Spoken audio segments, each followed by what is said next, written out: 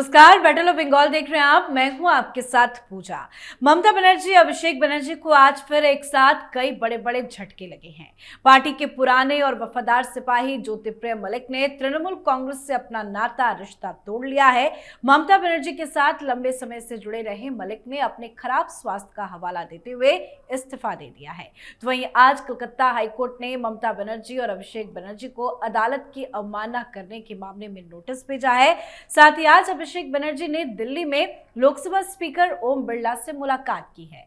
ये मुलाकात उन 20 बागी सांसदों के मामले में है जिन्होंने हाल में एनसीपीआई ज्वाइन किया है। अभिषेक ने इस विलय को पूरी तरह से अवैध बताया है। उन्होंने स्पीकर से मिलकर इन सभी सांसदों पर सख्त एक्शन की मांग की है। अभिषेक ने कहा कि हमने 20 बागी सांसदों के खिलाफ स्पीकर को 20 अर्जियां दी हैं और इन सभी को डिस्क्वालीफाई करने की मांग की है। तो आज इन्हीं तमाम खबरों पे चर्चा करेंगे। मेरे साथ स्टूडियो में मौजूद हैं कैपिटल टीवी के editor in chief doctor Manish Kumar और एग्जीक्यूटिव एडिटर राजीव जी। सर, आप दोनों का बहुत बहुत स्वागत है। धन्यवाद। सर, आज अभिषेक बनर्जी ने दिल्ली में स्पीकर ओम बिरला से मुलाकात की है। बहुत सारे सांसद तो नहीं दिख रहे थे, इक्का दुक्का ही नजर आए। इस मुलाकात में क्या कुछ हुआ? देखिए, विप टाइप से जारी किया गया था, जैसे शिवसेना वालों ने किया था, उद्धव वालों ने, कि सारे सांसद जो है वो आ जाएंगे। कितने लोग पहुंचे? 5। 28 में 5 मतलब 23 उधर है, 23 उधर चले गए। अदरवाइज इन लोगों को भी साथ में होना था। और उधर जो विधायकों की संख्या है वो पहुंच गई है 65। आज ऋतुव्रता बनर्जी ने इसकी जानकारी दी। आप जाकर के क्या कह रहे हो कि इनको डिस्क्वालीफाई कर जाइए? भाई, किस आधार पे? किस आधार पे? आपने स्पीकर को जाकर के क्या कहा कि अगर उनको अलग ग्रुप बनाना है तो उनसे कहिए कि वो इस्तीफा दे दें और फिर से चुनाव लड़के आए? किस आधार पे? मतलब आपके पास कोई तर्क नहीं बचा, कोई तर्क नहीं बचा। अब आपको बुलाया गया इसलिए क्योंकि ओम बिरला साहब वो एक निष्पक्ष रूप से डिसीजन लेना चाह रहे हैं कि ये आपके लोग आए थे। कल आप ये ना कहें कि हमसे कोई रास्ता नहीं किया गया। और जो जानकारी आ रही है कि जो लेटर वो बागियों ने दिया था, अभिषेक बनर्जी के सामने रख दिया गया कि ये हैं। और ये भी स्पीकर साहब ने बताया कि हमने फिजिकली सबको वेरीफाई किया। ये सारे लोग आए थे हमारे चैम्बर में और इन लोगों ने हमारे सामने कबूल भी किया, सिग्नेचर को भी सही बताया। तो अब आपका इसके ऊपर क्या कहना है?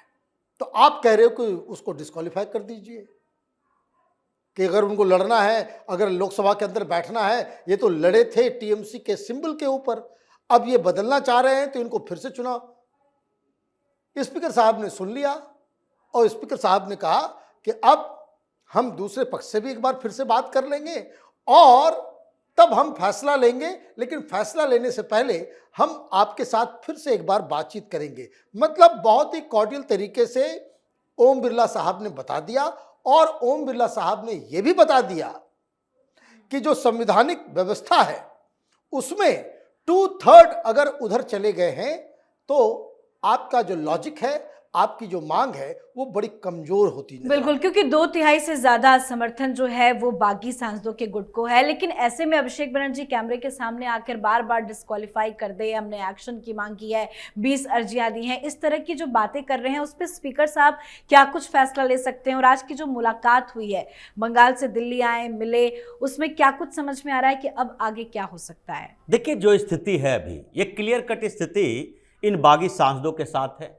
और ये अभिषेक बनर्जी जिसको अपनी मोरलिटी पर भरोसा नहीं, ममता बनर्जी, अभिषेक बनर्जी जो सवाल उठा रहे हैं कि नहीं फिर से चुनाव में आना चाहिए, चुनाव लड़कर आप जाओ लोकसभा के अंदर, ये मोरल प्रेशर बनाने के तरीके हैं, ये लीगल प्रेशर नहीं है। क्योंकि मोरल प्रेशर बना रहे हैं तो उनका जवाब दिया जा रहा है कि आपकी मोरलिटी उस समय कहां गई थी जब कांग्रेस का एक विधायक उपचुनाव में जीत कर आया और दूसरे दिन आपने उसे अपनी पार्टी में शामिल कर लिया। 2021 का चुनाव जो विधानसभा का हुआ, उसके बाद भारतीय जनता पार्टी को 77 सीटें मिली, लेकिन 77 में से 15 दिन के अंदर 5 विधायक टूटकर टीएमसी में चला गया। आपने एक्सेप्ट कर लिया, उसकी सदस्यता को डिस्क्वालीफाई करने के लिए स्पीकर पर लेटर भेजा गया।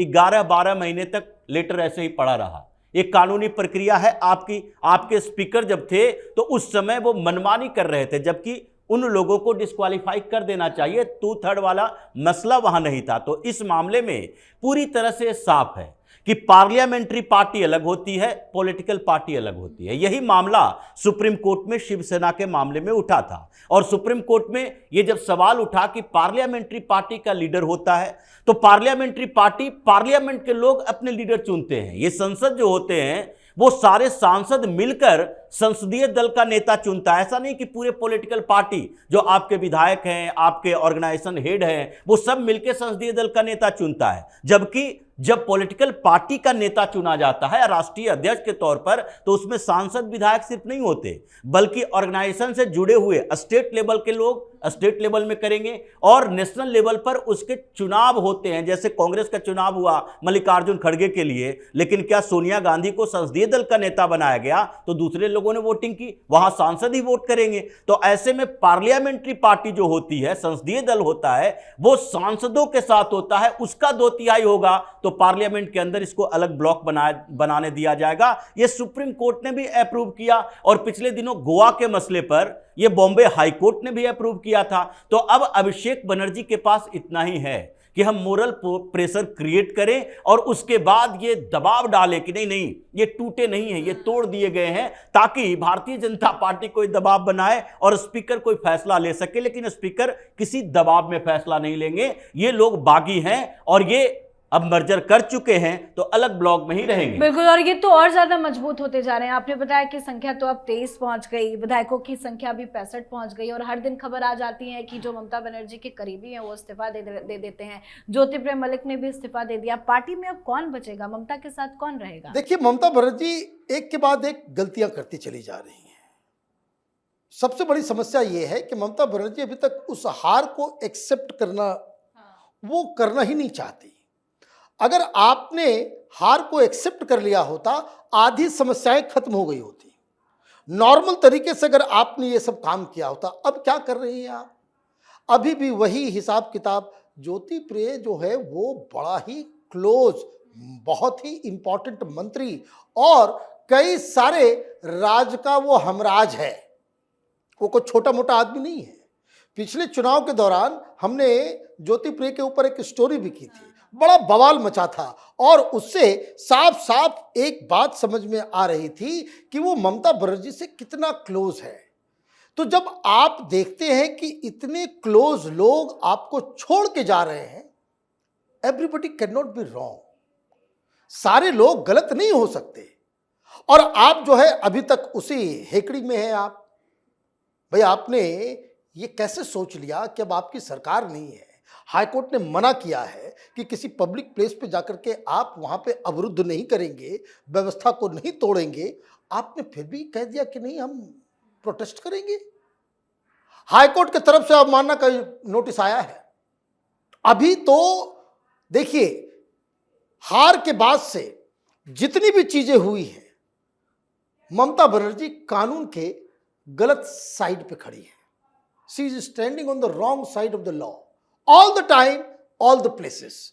और यही ममता बनर्जी के विनाश का सबसे बड़ा कारण होगा कि ना आपको स्पीकर से कोई राहत मिलेगी, न कलकत्ता में, मतलब न विधानसभा में, न लोकसभा में, न राज्यसभा में, और ना ही आपको कोई राहत हाईकोर्ट में या सुप्रीम कोर्ट में मिलने वाली है। आपको जो डुगडुगी बजाना है आप बजाते रहें। बिल्कुल, क्योंकि रोज इस तरह की खबरें सामने आ जाती है कि नोटिस भेजा गया है। आज भी कलकत्ता हाईकोर्ट से खबर आई कि मानहानि के मामले में, कोर्ट की अवमानना के मामले में अभिषेक बनर्जी और ममता बनर्जी को नोटिस जारी किया। ये सब भी तो एक लड़ाई है। इससे कैसे बाहर निकलेंगी ममता बनर्जी? देखिए, ममता बनर्जी के लिए समस्या यही है कि ये पुराने जितने मामले हैं जो दबा हुआ था, ये सारे दबे हुए मामले अब सामने आ रहे हैं।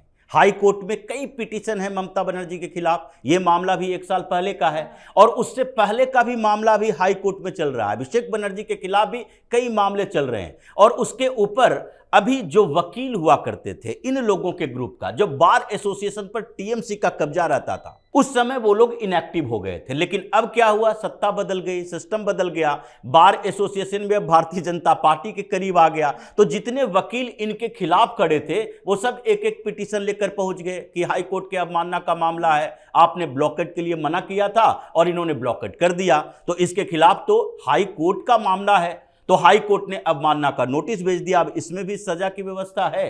तो इसलिए ममता बनर्जी अब ये नहीं कह सकती कि ये मामला ऐसा है कि शुभेंदु अधिकारी हमसे बदला ले रहे हैं, अमित शाह हमसे बदला ले रहे हैं। हाई कोर्ट को आप बदले की भावना की बात नहीं कर सकती। तो जब अभी ये एक एक फाइल खुलेगी, इनके नेता भाग कर जा रहे हैं और ये दोनों, ये बुआ भतीजा जो हैं, इन लोगों के साथ समस्या है कि आगे अगर ऐसे ही संघर्ष करते रहे, हंगामा करते रहे, तो कुछ समय के अंदर ही जेल का दरवाजा भी इनके लिए खुल जाएगा। जी, बहुत बहुत धन्यवाद सर आप दोनों का। धन्यवाद। तो तृणमूल कांग्रेस के 20 सांसदों की तरफ से national citizens party of India में विलय के बाद से ही ममता परेशान है। इस राजनीतिक घटना के बीच में अभिषेक बनर्जी आज पार्टी सांसदों के साथ संसद पहुंचे और लोकसभा अध्यक्ष ओम बिरला से मुलाकात की है। अभिषेक बनर्जी ने लोकसभा अध्यक्ष ओम बिरला से मुलाकात कर पार्टी के 20 बागी सांसदों के खिलाफ सख्त से सख्त कार्रवाई की मांग की है। तो वहीं अब तो बागी सांसदों की संख्या भी बढ़ती जा रही है।